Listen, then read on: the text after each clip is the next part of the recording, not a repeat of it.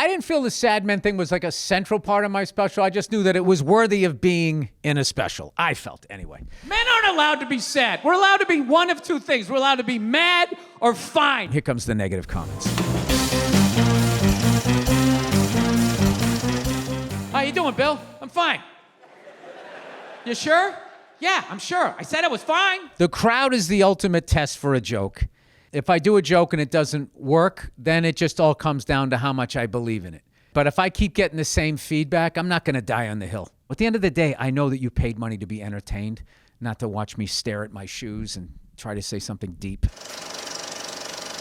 What happens is a lot of times I'll just say something. My wife laughs or a buddy of mine will laugh, and then I almost apologize. I think I'm going to have to take that to stage. And if I remember, I remember. If I don't, I don't. I'm not that guy in the middle of the conversation. Oh, can you hang on a second? And, I got to write it down. I don't do that. I used to do that. I don't do that anymore. I respect people that do it that way, but for me, what that does is it gets me locked in here. People think I'm like how I am on stage all the time, just walking around going, oh, look at this. Like I'm doing that all the time. So for me to say I have like depression issues, like I just think that struck them as funny because it was just something new as opposed to being like, if I say I have anger issues and they laugh, I get that they're laughing because that's what I'm showing them. But like if I'm going like, hey, here's what's behind that. I have like depression issues. I couldn't believe it. I always hate when people, I'm fucking depressed. Shut up, you fucking pussy. Just get up and plow through it. Sad Men bit came about from being a sad man. I thought I was regular, normal, whatever that is. And then I took mushrooms a couple of times and I learned some things like, oh, wow, man, I'm like, stuff that I didn't think affected me. Mushrooms was the thing that I was like, oh. I didn't realize this. That first mushroom trip was insane. Now I'm like, I've worked out a lot of stuff. When I was on mushrooms and I was feeling all of that sadness and all of this stuff, I know I wasn't writing anything down or anything. That sad man bit probably came like 3 or 4 trips later with mushrooms. And I really respect mushrooms. I don't just do them to be goofy. Like, I did one time when I went to a Billy Joel concert. It did not turn out well. I do it to learn, and I only do it like once a year, once every year and a half. The first time I did it was the most learning. It was like a 3-month thing after. Somebody said to me one time, anger is just pain. It's just hurt. And I started thinking about that. Keep it in the hurt, not in the anger. It's just the next logical question. Well, why am I hurt? And then it became that. Comics, we have really deep talks a lot of times, and I noticed a lot of my married friends were in a similar situation, that they loved the person that they were with, but like to be married and come home and be lonely is something that needs to be addressed. And I don't know that a lot of guys know how to do that. And if you don't know how to do it, it's not the woman's fault that she doesn't know that you like that. It evolved through all of this stuff. A lot of fucked up shit happened to me. I never dealt with it. I just kind of kept putting it over here, It just sort of floats over here. And I just made this rule in my head that I didn't care. I was just like, I don't give a fuck. I don't care. I would just say that in my head. I thought it meant I was tough. I'm not some whiny little bitch or whatever. But the reality was, yeah, it did hurt me. So that was the beginning of me walling off my feelings. So mushrooms kind of brought that out. Then I just started talking about it on stage, talking to other buddies of mine who are like married and stuff. The spotlight is really on the wife a lot of times and what we need to be doing and what we need to not be doing. And as a guy, you're standing down at the bottom and, a lot of women don't want to hear that, but it's true. Like it's the them show a lot of times. So you have to learn kind of how to like communicate to them that you also have feelings. And you have to do it in a non-guy way, which is basically talking about your feelings, which I find weirds women out because they're not used to men talking like that. She goes, what's the matter? And I go, I'm sad. The first time I tried it, I was probably at the Comedy Store. You sort of feel a new chunk coming, and I never record because I never listen to it. But then every once in a while, the first time you say it is like, it feels like it was perfect. And then the next night you're trying to remember how you said it. But the reason why the first night you said it was perfectly is because there was no other time you said it. You're like present. So you're just saying it. And then the trick is the next night, to forget the first night and still talk about this, which is hard because you already did it. She just went, oh. And then as I was sort of playing with it on stage, the reactions that I was getting from the guys, the way that they were laughing, let me know that I was onto something that was beyond myself. It's sort of one of the really fun things about doing stand-up is when you think that you're doing this little personal thing and you're thinking like, is anybody going to get this? Is anybody relate to this? And then all of a sudden you hear this bigger laugh and it's like, oh, that went beyond we're laughing because we think what you're saying is strange. It's like we're relating to this. But all this in here is just called gay, right? It's just a giant bag of gay. All this in the middle is just a giant bag of gay. I came up with that probably like a week before doing the special, and I was, just riffing on it. I learned from guys like Dave Attell that a joke's never done. And it's also a way to not get tired of your act. When I was growing up, if you expressed anything, you either could laugh or be mad. You were either fine or you were upset, and those were the two emotions you were allowed to have as a guy. Anything else that you did in there, you were suspect. It could lead to getting your ass kicked, being called gay or everything like that. So you just learn early on, okay, just stay away from all of these feelings and stuff. Men can cry.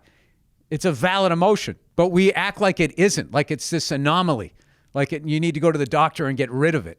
And it's this really healing thing, but we are not allowed to do it. And this is the thing, too. Women, most women do not want to see their guy cry. They just don't want to see that because it's still about them. And then she just walked out of the room. So it's like, I thought I was with the tough guy, and if somebody came through the door, it makes them feel in a weird way, I think, less safe. I don't know what it is. A guy in a relationship, you're like at the supermarket, and as far as emotions, you have to be in the 8 items or less. And women can come up with 2, carts full of stuff. Can I get a price check on daddy issues or whatever? They're allowed to bring it all. As long as you're happy, I'm happy. Don't mind me. Hey, look at me. I'm over here. I'm learning how to make a crepe. Yeah, I'm learning how to make a crepe. Me using the reference of a crepe was true. And I actually did buy a crepe thing, whatever you call it, with the little knife and everything. I've yet to even use it. But I did it because learning new things fascinates me, / it's a way to not deal with my bullshit. Oh, look, I'm going to try this. So that was the bit. Wow, Bill, you have so many interests. That was the part of the joke where I felt like it really took off, when it's just like, oh, wow, Bill, you have so many interests. No, just sad. No, just sad. And I felt like not only were people relating to it, they also were kind of discovering, I didn't know I did all these different things because I was sad. I was just like, wow, I like a lot of different things. It's like, no, if I sat still, the demons started coming up in my head. So then it was just like, oh, I'm going to go drive up the Pacific Coast Highway. I got to go do something. If I'm moving, it doesn't catch up with me. So I will give you the #1 place to see sad men, Guitar Center. The thing that amazed me the most, surprised me the most, was the Guitar Center thing. A bunch of men in loveless marriages or divorced just walking around, looking at the guitars. Is that a custom color? Is it? I wasn't the only one who felt the sad vibe in a Guitar Center. I thought that was going to be a super inside joke. I thought that there was going to be some musicians in the crowd, maybe a couple of dad guitar player drummers or something. I thought that was going to be one of those jokes that's just sort of for me. And that was another one. I did that and it got this huge laugh. When people laugh, it's something that's really personal to you. It makes you feel like less of a freak. That punchline was always Guitar Center because from the first night, it was a huge laugh. Then I still didn't believe the laugh. I was like, oh, it's because I'm in LA. There's a bunch of artists out here. Let me see when I go out on the road. And it just, every city I went to, it killed. The only place it laid flat was I was doing Chappelle's Comedy Club. And it didn't get anything. I was like, wow, it's weird. And then I searched, and there's no Guitar Center in that area. Nice to be here in Seattle, man. I went to the Moore Theater in Seattle because Seattle's a great comedy town. Oh, I know. It always rains on you guys. You guys are all fucking depressed, right? Under the bridge, doing whatever the fuck you're doing up here. They're a fun group of people to sort of wind up. They're almost tragically liberal. They're not as bad as Portland. Portland, Oregon is just like, it's almost performative. It's like, really? Do you really go that far? Is this an outfit or a costume? But Seattle has a really good mix of like super, super liberal and then like super, super right wing, you know? So I kind of trash both sides. And I've always wanted everybody to be there, you know, racially, politically, and all of that. I don't like talking about something when the representative of it isn't there, because then it takes on something different. I hate cheering. I like laughter. I don't want cheering. Like, yes, oh my God, thank you for saying that. That was so brave, right? And then the right-wing version of like, you know, I like you. You tell it like it is. And it's just like, oh God, I tell it like it is. That's code for racist. Is this too sad for even Seattle? A joke is done when I'm sick of telling it, which is usually, you know, right about when I'm ready to you know, tape a special. Actually, my favorite time in stand-up is right after I taped a special. Oh my God, it's like, you just walking away from like, enough with that. And then also thinking like, I don't have to worry about doing this again for another 2 to 3 years. And I can just, you know, just sort of have fun. Although I will say with this special, I had fun right through the tapings. I had a great, I don't care in a good way. Like, I missed that tag. Who gives a shit, you know? And I'm here. I'm having a good time. And, you know, however it comes out, it comes out.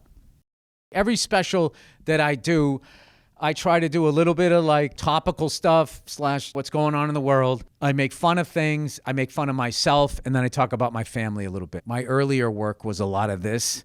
And I feel like this is more interesting. And it's funny because I have fans that have been fans of mine since I was angry. And now it's funny, like I sold out, you know, like I made a pop record. But it doesn't bother me.